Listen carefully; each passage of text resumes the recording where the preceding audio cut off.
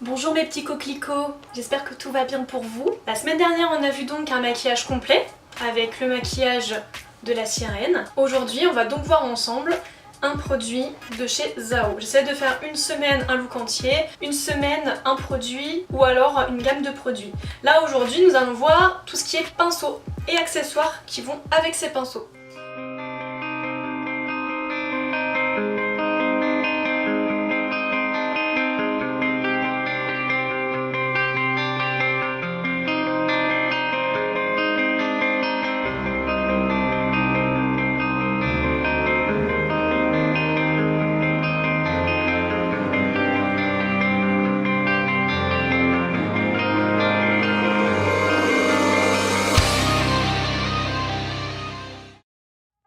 Donc les pinceaux c'est toute une histoire, c'est souvent ce sur quoi vous me posez le plus de questions, les pinceaux, et aussi sur comment mettre l'eyeliner. C'est les deux questions qui me reviennent très souvent. Donc les pinceaux, déjà il faut bien choisir la texture de ces pinceaux. Selon la texture, la grandeur ou la petitesse de vos pinceaux, ça va tout changer au niveau du résultat.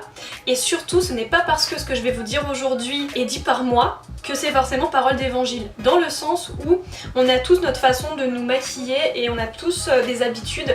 Par exemple, je connais des personnes qui mettent le fond de teint avec un pinceau poudre et elles n'aiment mettre le fond de teint qu'avec un pinceau poudre. Ou je connais des personnes qui ne peuvent pas mettre le fond de teint avec leur pinceau fond de teint, elles le mettent avec l'éponge par exemple. C'est vraiment des trames de technicité que je vais vous donner aujourd'hui, mais c'est pas forcément ce qu'il faut que vous fassiez, parce que si vous avez des habitudes et que le résultat beauté est là, il faut continuer comme vous le faites. Nous allons commencer par les pinceaux pour le teint, puisque c'est très souvent ce qu'on commence par faire, on commence par se maquiller le teint en règle générale. Donc pour commencer, le pinceau fond de teint. Donc vous mettez votre crème de jour, vous mettez ensuite votre base de teint si vous en mettez une, puis ensuite vous mettez votre fond de teint. Donc le pinceau fond de teint est très souvent un pinceau plat, ou alors un pinceau rond et plat au bout. Donc chez Zao il se présente comme ceci, c'est un pinceau plat. Il faut savoir que c'est très pratique, ça vous permet de lisser sur tout le visage. Je vous déconseille d'appliquer le fond de teint avec vos doigts, parce que déjà la peau, l'épiderme, ça absorbe les produits, donc vous allez avoir une perte de produits. Et bien sûr, comme vous avez des petites empreintes digitales,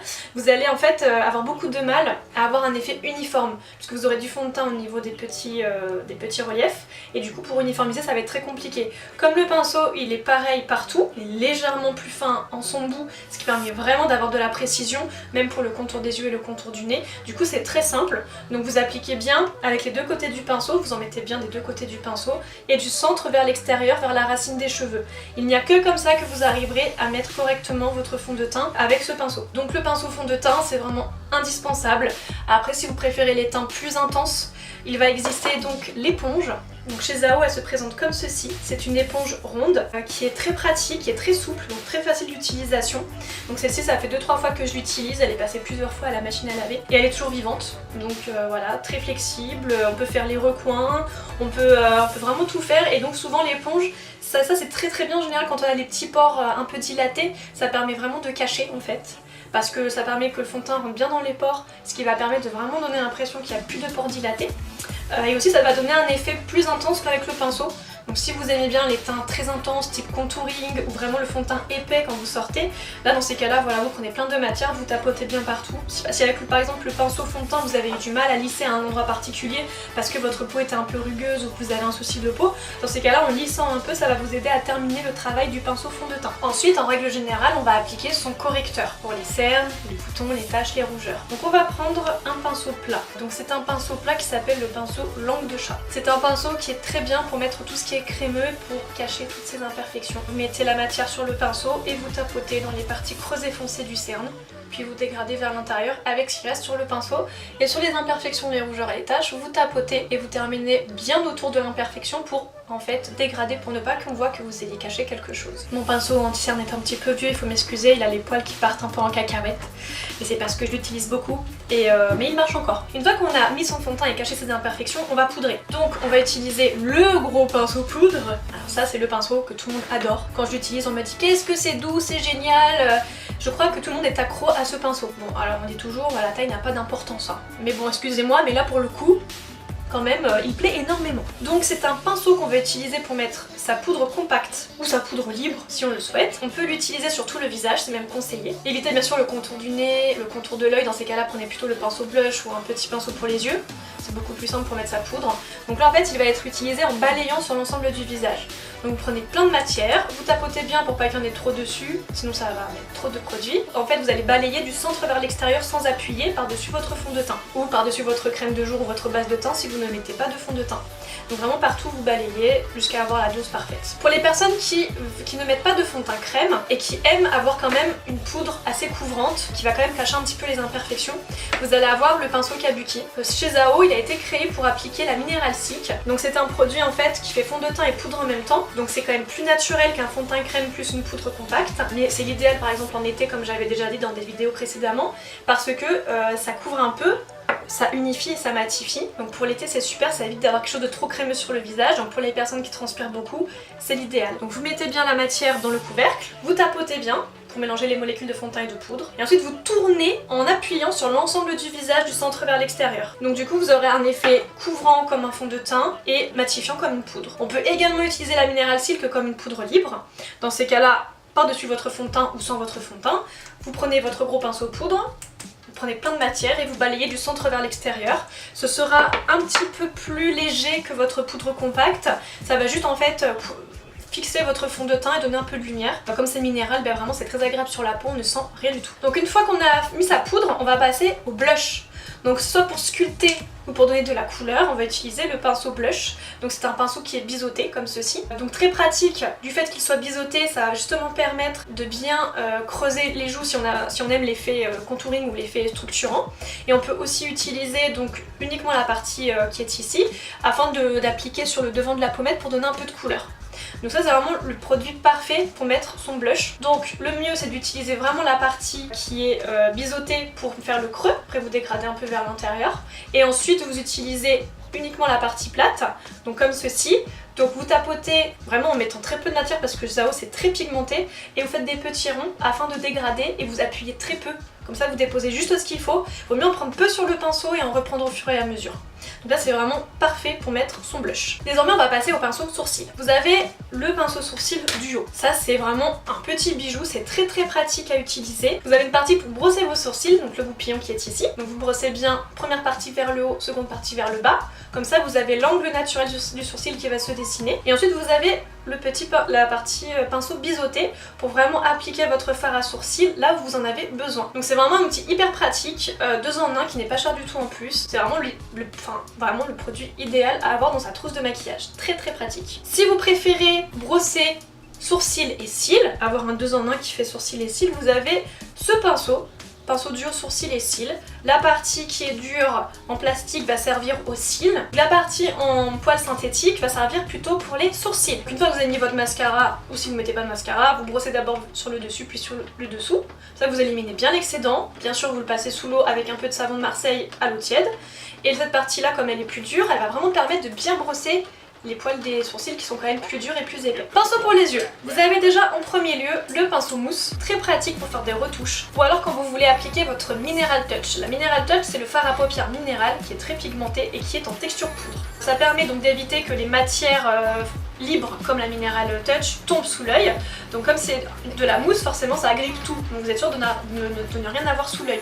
Donc vous prenez beaucoup de matière des deux côtés, vous tapotez et ensuite vous tapotez ou vous lissez selon si vous voulez un effet intense ou un effet fondu. Et ça c'est très pratique parce qu'en plus il y a des recharges. Donc ça évite de racheter le produit à chaque fois. Franchement vous en avez 5 à chaque fois je crois. Donc c'est hyper pratique parce que bon au bout d'un moment quand même ça s'effrite, c'est de la mousse. Donc c'est bien d'en avoir quelques-uns, puis c'est hyper doux. Et quand ça s'effrite, ça tombe pas sur l'œil. Parce que la plupart des marques, quand vous mettez les pinceaux mousse comme ça s'effrite, on sent que c'est de la matière pourrie. Là c'est quand même de la qualité parce que moi quand ça s'effrite, ça fait des petits trous, mais j'ai rien sur moi. Si vous aimez bien travailler vos yeux et que vous avez besoin de pinceaux spécifiques pour chaque utilisation, on va commencer par le pinceau biseauté. Donc le pinceau biseauté se met en général sur son crayon pour le fondre ou sur son crayon avec le fard afin d'intensifier son crayon et de dégrader. Et on peut également l'utiliser au coin externe quand on veut commencer à structurer le coin externe de son œil. Donc le pinceau biseauté c'est indispensable si on aime bien se maquiller les yeux. Ça permet de la précision. Si vous n'avez pas ça, niveau précision ça va être très compliqué. En général une fois qu'on a utilisé utiliser son pinceau biseauté, on va utiliser son petit pinceau boule qui va permettre de structurer en fait le contour de l'œil. Donc il s'utilise surtout en lissant et surtout pas en tapotant, sinon vous allez avoir tout sous l'œil.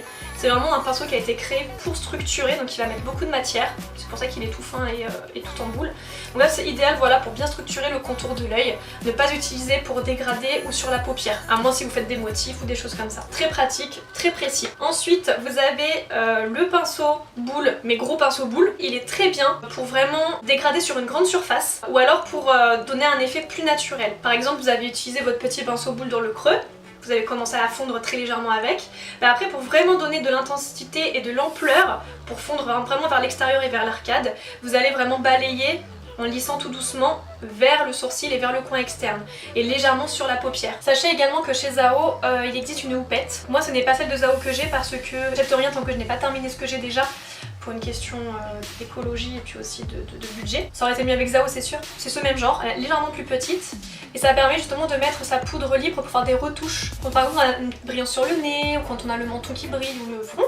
Et en fait ça permet aussi de mettre un petit peu plus de poudre. Donc quand on aime les teints plus poudrés, ça permet vraiment avec la houppette d'en mettre un petit peu plus qu'avec son pinceau poudre. Pour terminer la bouche, très souvent, la bouche, on va appliquer directement avec son bâtonnet, son gloss en rouge à lèvres, son vernis à lèvres. Si ça vous convient comme ça, si vous y arrivez, si vous avez l'intensité que vous souhaitez et que vous avez suffisamment de précision, continuez, il n'y a pas de souci. Après c'est vrai que le pinceau lèvres, au niveau précision, c'est génial, ça évite vraiment de déborder, ça fait une bouche extrêmement précise et vous mettez vraiment la dose que vous souhaitez. Moi j'aime bien quand la bouche elle est quand même assez intense, bon sauf aujourd'hui parce que j'avais mis du vert et du noir sur mes yeux donc j'avais envie d'une bouche naturelle. Mais voilà, si on veut une bouche intense et bien dessinée, le pinceau lèvres c'est indispensable, surtout pour des rouges, pour des prunes, pour des marrons, pour des roses pétants, c'est beaucoup plus simple. Donc ce qui est bien avec ce pinceau lèvres c'est qu'il est très fin, donc on est sûr de ne pas dépasser. Il est vraiment, il est tout doux en plus, il est vraiment très très bien. Donc d'abord votre crayon contour des lèvres, hein, très important.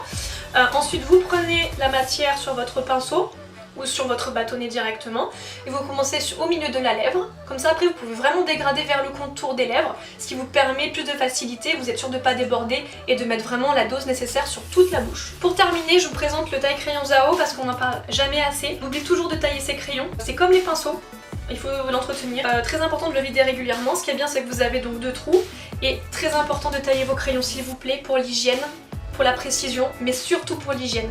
Même s'il n'y a que vous qui utilisez votre crayon, ça évitera les herpès, les orgelets, tous les problèmes qu'on peut avoir en utilisant son crayon. Sachez que les pinceaux Zao sont bien sûr des pinceaux en texture de poils synthétiques. Ce ne sont pas des pinceaux animaux car comme vous le savez Zao se veut vegan, se veut respectueux de la vie animale. Vous avez des textures très agréables, c'est très très doux sur la peau. J'ai rarement été en contact de pinceaux aussi doux et aussi précis. J'en suis très satisfaite. La seule chose qui pourrait peut-être manquer c'est un pinceau très très fin afin de faire un eyeliner très précis ou voilà, de faire des dessins sur le visage etc. Mais clairement moi j'en ressens pas le besoin, j'ai vraiment tout ce qu'il faut avec ces pinceaux. Ils sont très maniables, le manche est très joli, puis ils sont doux quoi. Je reparle de la douceur parce qu'à chaque fois quand je maquille, chaque fois on me reparle de cette douceur de pinceau et du coup ça fait de super souvenirs pour mes mariés ou pour les cours de maquillage que je donne. À chaque fois j'ai de très bons retours là-dessus donc ça fait plaisir. J'espère que ça vous a un petit peu aidé, que ça vous a permis d'ordonner un petit peu tout ça dans votre tête parce que souvent on a plein de pinceaux, on ne sait pas les utiliser ou alors on a 0 pinceau et on est perdu et avec nos doigts en galère. Si vraiment vous avez besoin de conseils n'hésitez pas à me demander en commentaire. Si il y a des pinceaux dont je n'ai pas parlé parce que Zao ne les fait pas, vous pouvez me les mettre en commentaire avec une photo afin de me demander à quoi ça sert, je pourrai vous répondre, il n'y a aucun souci. Et voilà, les pinceaux c'est vraiment, ça va vous aider le matin, vous allez perdre moins de temps. C'est très important d'utiliser ces pinceaux. Et dernière chose, pour les nettoyer, savon de Marseille ou shampoing à l'eau tiède. Donc quand vous les lavez, c'est jamais en appuyant et en frottant, sinon vous allez les abîmer. C'est toujours en lissant. Vous pouvez un petit peu mettre le doigt dedans, ça va permettre de diffuser le shampoing ou le savon de Marseille. Mais surtout, vous ne faites pas ça, vous n'appuyez pas, sinon ça va être une catastrophe. Ensuite, vous enlevez le résidu d'eau en faisant comme ceci, sans trop tirer, juste pour enlever le résidu d'eau, vous appuyez un peu comme ça. Et ensuite, vous laissez sur un mouchoir toute la nuit.